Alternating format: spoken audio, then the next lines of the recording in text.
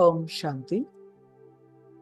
ഒരിക്കൽ ഒരു രാജാവ് വളരെ പ്രസിദ്ധനായിട്ടുള്ള ഒരു സന്യാസിയുടെ അടുക്കൽ എത്തി ചോദിച്ചു, മഹാരാജ്, ഞാൻ വളരെയധികം ക്ഷേത്രങ്ങളൊക്കെ ഉണ്ടാക്കി, ദരിദ്രർക്കെല്ലാം ധാരാളം ദാനം കൊടുക്കുന്നുണ്ട്, എല്ലാ യുദ്ധത്തിലും ഞാൻ വിജയം നേടുന്നു, എന്താ ഞാനിപ്പോൾ സത്യമായ സേവാധാരിയല്ലേ?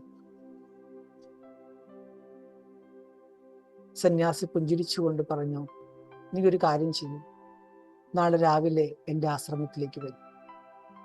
എന്നാൽ വരുന്ന വഴിയിൽ ഒരു കട്ടോറയിൽ ഒരു പാല് നിറച്ചുകൊണ്ട് വരണം. ശ്രദ്ധിക്കണം, ആ കട്ടോറയിലെ പാലിൽ നിന്നും ഒരു തുള്ളി പോലും താഴെ പോകരുത്. രാജാവ് അതുപോലെ തന്നെ ചെയ്തു.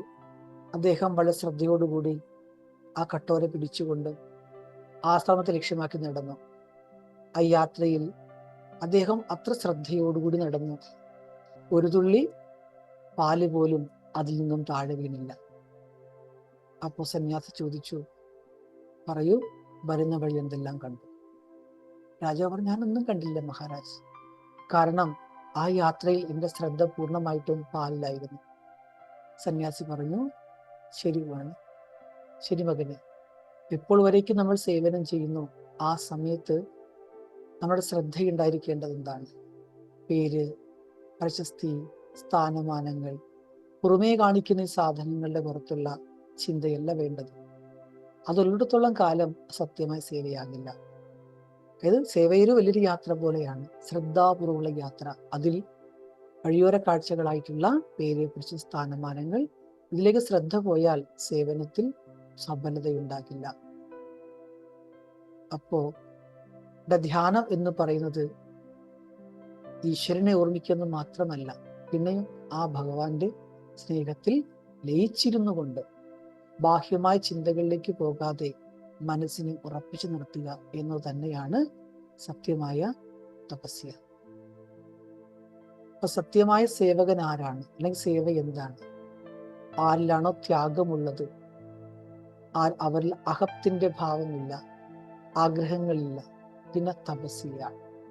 മനസ്സ വാച കർമ്മണ പവിത്രതയുടെ അങ്ങനെയുള്ള സേവാധാരികൾ തന്നെയാണ് തീർച്ചയായിട്ടും നല്ല നല്ല യോഗ്യരായിട്ട് മാറുന്നത്.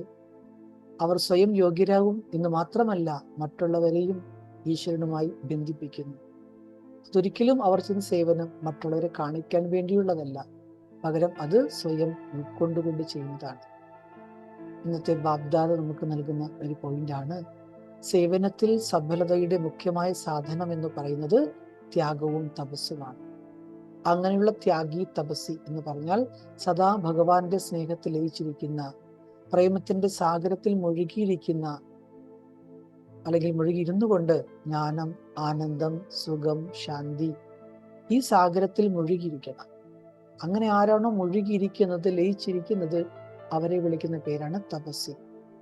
അങ്ങനെയുള്ള ത്യാഗം, തപസ് ആർക്കാണോ ഉള്ളത് അവർ മാത്രമാണ് യഥാർത്ഥ സേവാധാരി. അപ്പൊ നമ്മൾ മനസ്സിലാക്കേണ്ട പോയിന്റ് എന്താണ്? സേവനത്തിലെ സഫലത എന്താണ്?